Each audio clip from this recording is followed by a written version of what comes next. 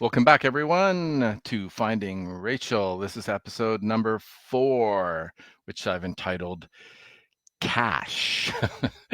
Anyway, Finding Rachel is a podcast about a documentary film about a YouTube stream. So, any questions?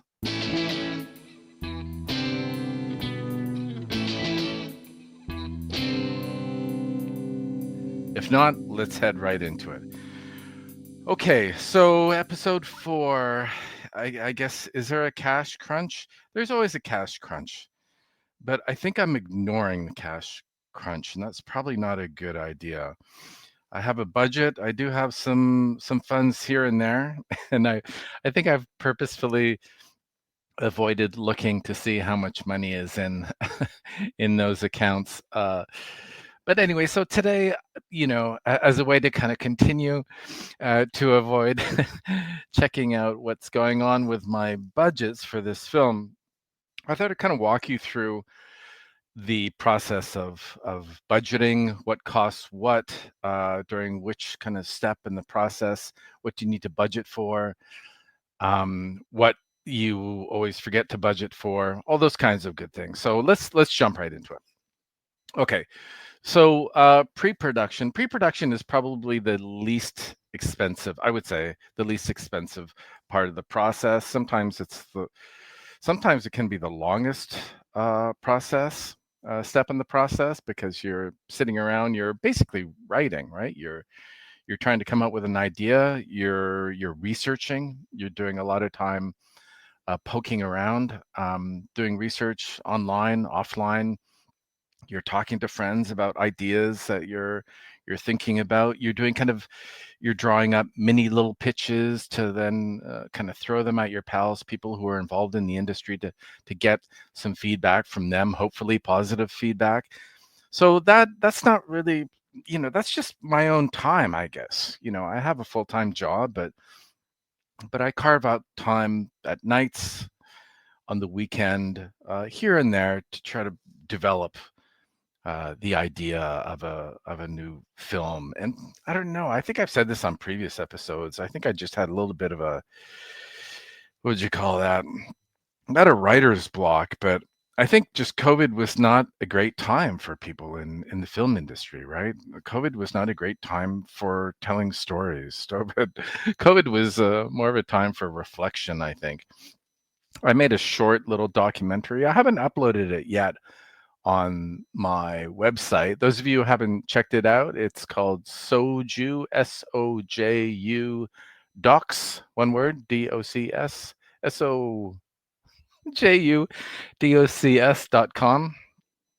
Um, so I haven't uploaded that. I did a short documentary again, a very short one. I think I was just humoring myself while we were all stuck inside, of course. Why am I going back there? Okay. I think I'm going back there to say that it was a dry spell. So a lot of my pals, I'd done 3, maybe 4 films by then. A lot of my pals were like, "Okay, Greg, what's your next film? What's the next idea?" And and I didn't, I had an idea. I had a film that, and I need to be careful to talk about this because the film didn't work out, and I promised my collaborator that I wouldn't really talk about it so much. But it was so let me try to dance around it. But it was a film that ultimately didn't work out. I think the person that I was collaborating with, who was the main subject of the film, um, wasn't ready to tell their story. And that hadn't happened yet. So I felt a bit burned by that because this whole pre-production process was a very long-winded one. I poured a lot of time and energy and emotional energy into the film. I was really excited about the film. And sorry, I'm not telling you about what the film was about, but it's a question of confidences here. But let me just say that in the end, I realized it was really obvious that that person that I was working with just wasn't ready, and that's fine. I wish I would have known 6 months prior to that, and I did spend we did start production.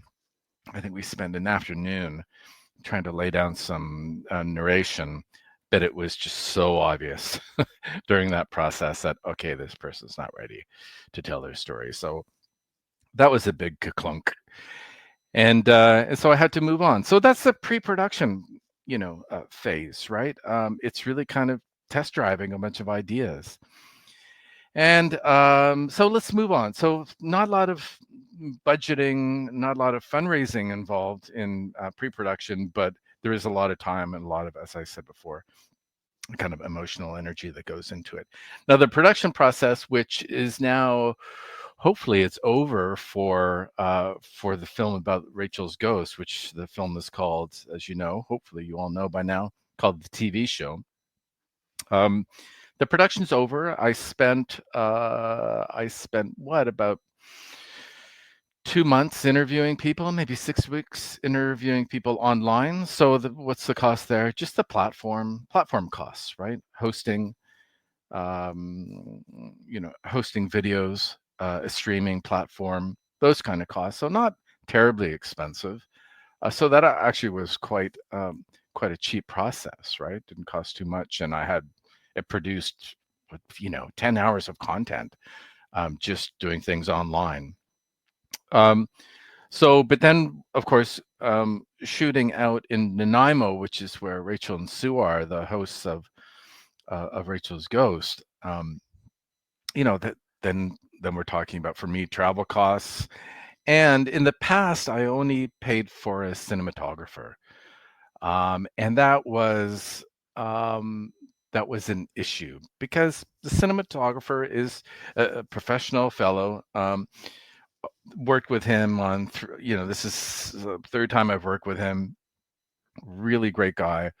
But he's not a sound guy, right? He's focusing on the image, right? And so that was a mistake I made in the past. So I paid for the cinematographer, who I had a very good relationship with.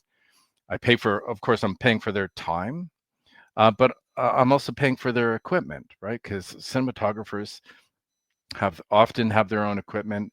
Sometimes they lease the equipment, sometimes they own the equipment, but a good camera costs sometimes over $10,000. A lens can start at $2,000. And I think Wes, the cinematographer, I don't know, anyway, I don't know how many lenses he had. So he's got bills to pay. And then Ray, the sound recordist, I got to pay Ray as well. I got to pay for all of the food. I got to pay for all the travel. So that actually, what did that come to? I'm going to say that probably I had a budget for that. That I was careful. I think in the end it was probably about, I don't know, maybe about $7,000. But that's funds that I had, and that's crucial, right? You're starting a film. You have to at least have the funds to pay people during the production process. And so going into this film, I thought, okay, I've got enough to shoot it. I have enough skills myself to start to put together some clips. And then the next thing is to kind of move into post-production and think through my budget there. So, okay, let's move over to post-production, which is where I'm at right now. So as I suggested, I've already started to work with some of the files myself, and I talked about this at length on episode 3. So rewind if you haven't listened to that, rather. But in the end, I always have the same problem with the file management. Even before we get into editing, the actual managing of the files is really quite overwhelming sometimes. And in the past, you would have to hire someone to help you with the file management, right? And in particular, you would have to hire someone if you had a multi-camera production, which we do here, right? Because we have Rachel's actual show. So I have a file, and a video file from the show, a video and an audio file, of course, from the show. I have an A camera, and then I have a B camera, right? So basically I have 3 video and audio files, and you need to sync them all up, right? So that obviously when you're in the editing room and you flip from one camera to another one, that everything's properly lined up. And it's a pain in the ass. It's a total pain in the ass. Premiere Pro, the editing suite, um, well, purportedly it lets you automate that, but it's just not happening. So I'm gonna have to pay someone, probably hire a student. Luckily living in Toronto, there are many great production related, video, film related programs. So it's not too hard to find someone who knows what they're doing, who has better editing and file management skills than me. So I'll have to probably spend a couple $100 on that. The editor, I'm going to say, is probably one of the biggest expenses. And in the past, I've worked with multiple editors on the same project. Not all editors have worked out for me. Some editors didn't see the story. And in the end, I end up finding an editor who has done a lot of work for the Canadian Broadcasting Corporation, and she was great. And so I haven't reached out to her yet. So I'm slightly worried that she might be unavailable, but I have another pal who's kind of offered perhaps to edit as well. But that tends to be, I think, well, it's the most time-consuming job, right? Apart from the director and or the producer, the editor is the person who not just creatively helps to put together, of course, the film, but they spend a lot of time with the material, right? Looking over the material, looking over the script.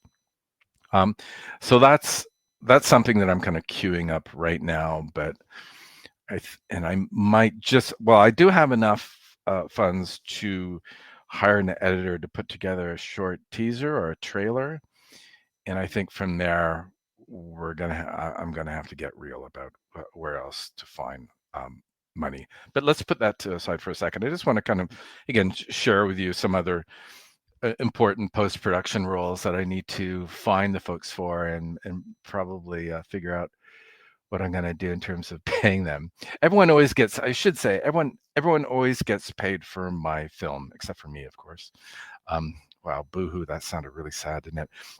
But that's very important for me as a filmmaker. I know the film industry and also the music industry often gets a bad rep, right? Well, there are many industries, right? Well, people put in long hours and then poof, the owner, whatever, the renovator or the producer, the director kind of disappears, or it's like, oh, sorry, the grant didn't come in, so you're not getting paid. That's bullshit, right?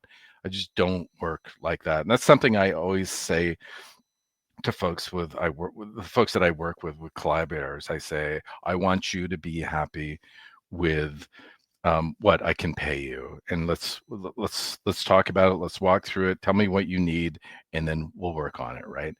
So that's a very, very important for me, because the industry is all about relationships, and you want to maintain good relationships, and I love working with people, so that's a non-starter. Okay, so the other post-production roles that are important, the animator was very important for my last film, The Canadian Delegation. There were a lot of stills. It was a historical film. The event happened, that was the kind of centerpiece of the film, happened in 1989.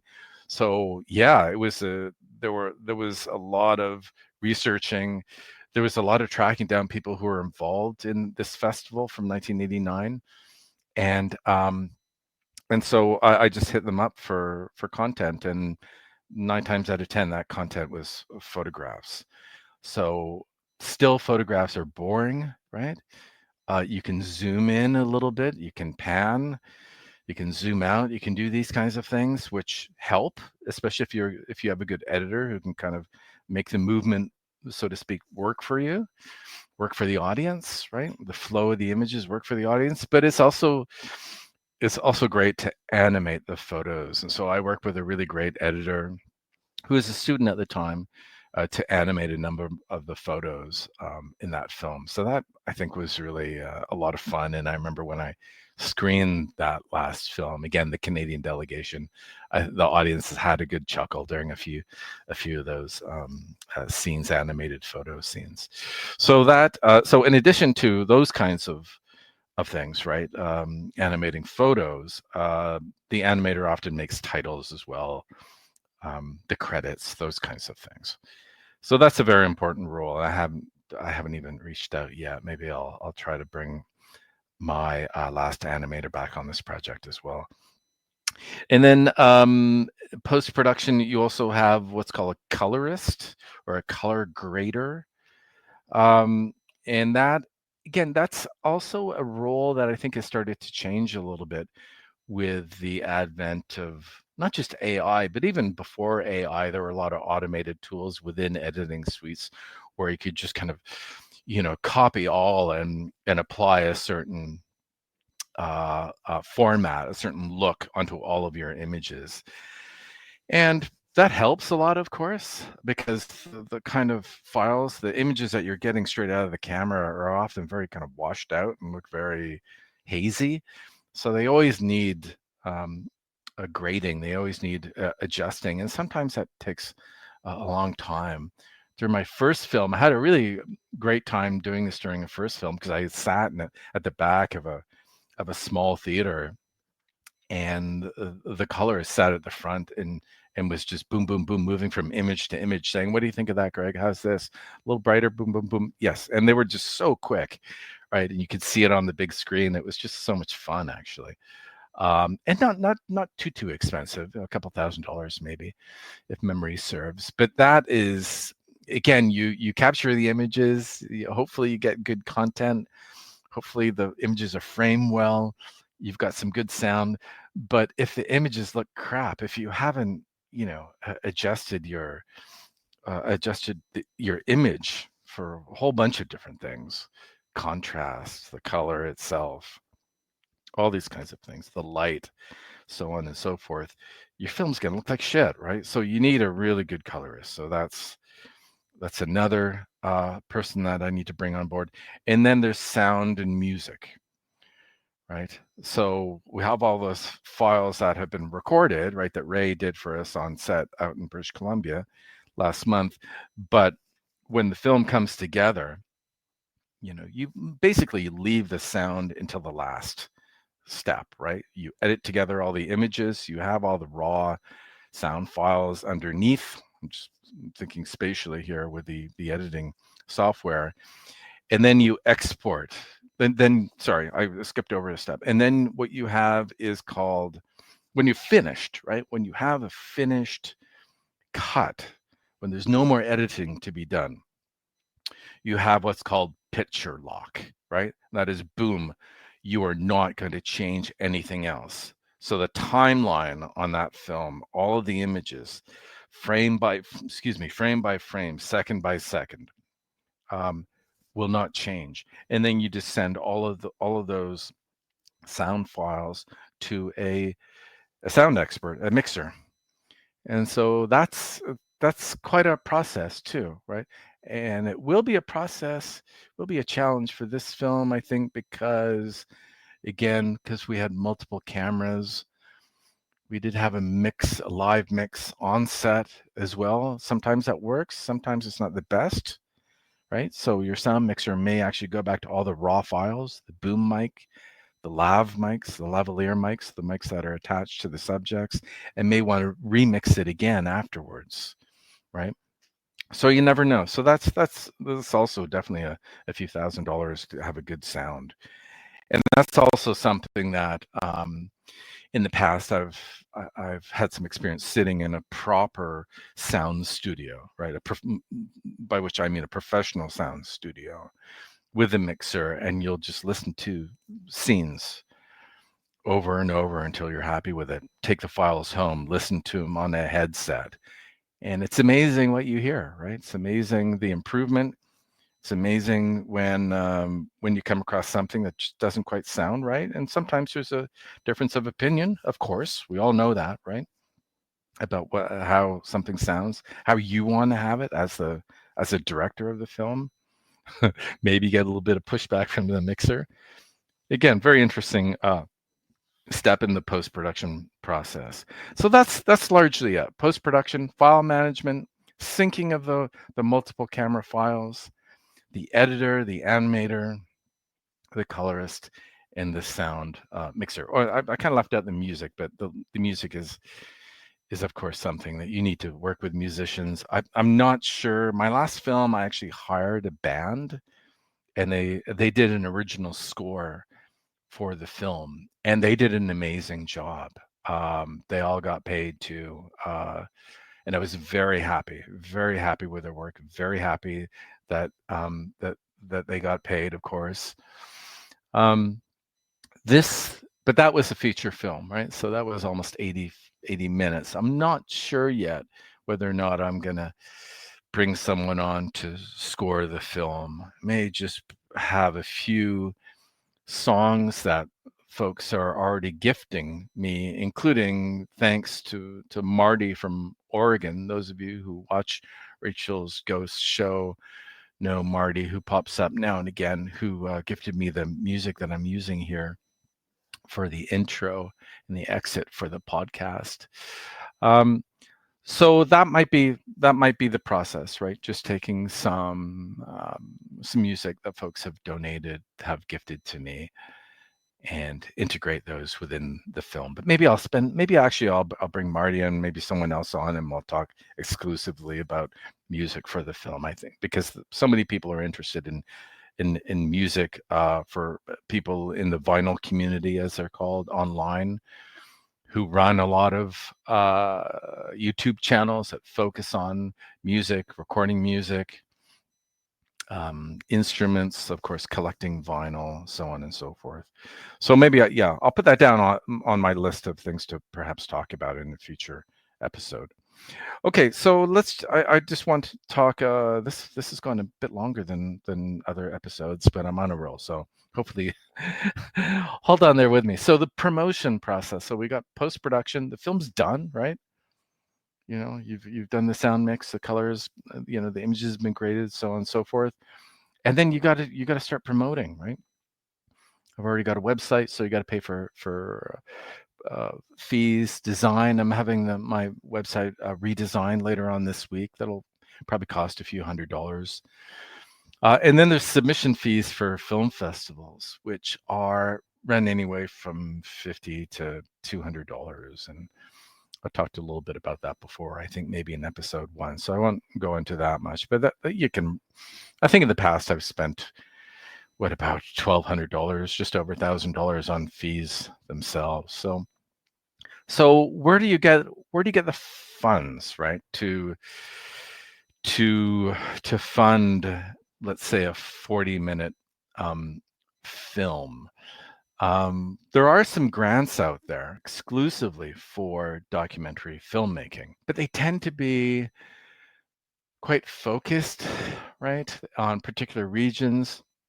There's a lot of grants for people who are a lot younger than myself, which is great. You want to bring people into the industry. You want people to have a chance to prove themselves, right? But it's tricky. In the past, I've applied for, maybe I'm going to say, 3 or 4 arts grants here in Canada. I was recommended for one of those, but the others were not funded. I found it to be a really tricky process, right? Like any grant, those of you, I'm not sure if anyone here in the audience has written a grant. You have to, it's time travel, right? You're going into the future. The film is not done. Half the time, you always have to put yourself in the future to kind of say, this is what it's going to look like. This is the kind of impact it's going to have. This is the aesthetic. This was the drive behind the film. This is what the characters are about. This is why it's significant at this point in time in history, right? This is who the audience is going to be. All those kind of questions are asked by grantors, folks who provide some funds. And I say some funds here. I'm kind of hedging a little bit because I'm always quite perplexed at, or disappointed maybe is a better word, about the actual amount of funds that you can get from many of the arts councils. Often they can be as little as a couple $1,000s, right? So there's a lot of stacking that needs to happen, by which I mean you need to go from funder to funder to funder. There's kind of steps. Maybe the step metaphor is a better one. And the reason why it's a better one is because if you get one small grant from, let's say, a provincial or a regional or the city arts council, then the provincial council or the Canada Council for the Arts, they'll look at your file more, right? You'll get consideration. So it's a snowball effect, right? I'm just coming up with lots of metaphors today, aren't I? And so if you don't get something, it's much harder to prove yourself at a more competitive level, is what I'm trying to say. The other thing about that so-called ladder is that it's not just you can't just think about it in terms of money that's gonna this is an odd thing to say, to pay for the folks who are gonna help you make the film, your colorist, your animator, editor, and so forth, right? What's also important is that people who program films, so film festival programmers, people who distribute films, television channels and others, film production companies, so and so forth, they take notice of who is getting these grants, right? And so even if you get a small grant, the programmers, that's where they start. It makes sense, right? They look at the list of the grant winners and they think, oh well, someone's taking the time here to decide to give this project some funds, so there's obviously something there. And let's think about, let's pencil them in for our film festival. Let's see if they move on to the next level of funding, and then we'll definitely program them. So that's the way in which the funding and the distribution kind of work hand in glove, so to speak. So in the past, I've had some but limited success in playing that game. Anyway, is it a game? Yeah, I guess it's a little bit of a game. Anyway, where I've had more success is in crowdfunding. Now, oh my God, crowdfunding. I don't know. It's become a cliche, that term, right? Everyone runs a crowdfunding campaign for everything under the sun. And during my last film, I ran one campaign for my last film. I was looking for, I think, roughly about $15,000 to finish my last film. And I dreaded it. I dreaded the thought of running the campaign. I hated the thought of having to ask for funds from friends and colleagues and people I don't know, people who participated in the film. It's just like, oh God, I absolutely dreaded it. But well,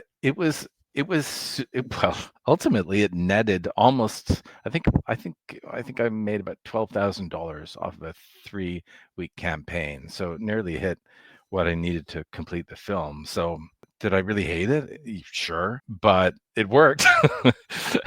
Hey, I got the money and the film is made and I'm proud and I'm happy with that last film. So I guess I can't be too bitter about the whole thing. But the thing about crowdfunding now is, I would say, let me put it this way, I think it was much easier to run a crowdfunding campaign, even 5, definitely 8 to 10 years ago. And the reason why is because you had a limited number of social media platforms that you could wire up, that you could take advantage of, that you could network through and across, right? So at the time, when was this? Probably 2017 when I ran my last campaign. I was still on Facebook. I was still very active on Twitter at the time. It's of course called X now. And then email. So send out an email, the email pitch, send around the pitch on Facebook and on Twitter. And I'm going to say 95% of the money that came in came from those 3 platforms: email, Twitter, and Facebook. But it was a lot of work, right? You can't just broadcast, hey, I need this money. Even if you have a great pitch, even if you got a wonderful project, I think this is going to be a good film, right? But people are busy. People are going to miss your appeals no matter how many times you schedule different appeals across these platforms. And that's part of the campaign that you need to build that into the crowdfunding campaign, right? All these different points in time, and the crowdfunding websites are very helpful in helping you do that and giving you advice. But again, it's not something that you don't just throw it out there and then go back doing what, eating your lunch, right? No, you need to meet people when they are, as I was saying to a friend of mine the other day, when they're green lit, right? When they're online, that is when you know that they're online. Either they just posted something, so they're probably still on their Instagram or something, or literally when they show up in your friend feed with a little green light next to them. So it's a little, I don't want to say stockish, but it kind of is, right? You need to find you need to find out when people are actually paying some attention so that you can just sneak into their space for their screen for, you know, uh, 30 seconds and say, hey, did you get a chance to check out this project that I'm looking for some backing for, right? Tricky. And it's, and so tricky, comma, and even more so today because I'm not on Facebook anymore. Uh, Twitter or X is a shit show. I don't, whatever. I post like 10% what I used to on Twitter. I don't even know how many people follow me on Twitter anymore, right? So what does that leave me with, right? In terms of crowdfunding, you need a diverse audience, right? You need a diverse set of audiences, I'm going to say, to fundraise. So that's something I really need to kind of think through, figure out. I might just run a very modest crowdfunding and set myself like a $5,000 limit and just do an email thing and see how that works out, right? But anyway, you got to meet people where they're at. So I've been going on way too long. This episode is much longer than than the previous three, but it's a complicated one, right? Money, budgets, different roles, finding the people who are going to do a great job for you, making sure they're happy with funds, and of course having the funds. It's all weighing on my mind. Let's see what happens. Hey, folks, thanks for sticking it out with me here on Finding Rachel. And if you're interested in joining me, before I let you go, if you're interested in joining me to talk about the film, if you're a filmmaker, if you're involved in the film already, I've already reached out to some folks via email to see if they wanted to join me. So I think in the weeks to come, I've got at least one person who might join me, and I'm sure I'll get at least 2 or 3 others who will come on and enlighten us all here about their role in the forthcoming documentary film, The TV Show. Take care, everyone. Bye for now. Yes, they knew I'd be standing naked, and with the old duds now gone, I can come clean. This was not an ode to clothes or prose that's sacred. Babe, this whole thing was just a dirty trick to make you think of me naked. Seriously though, tell me.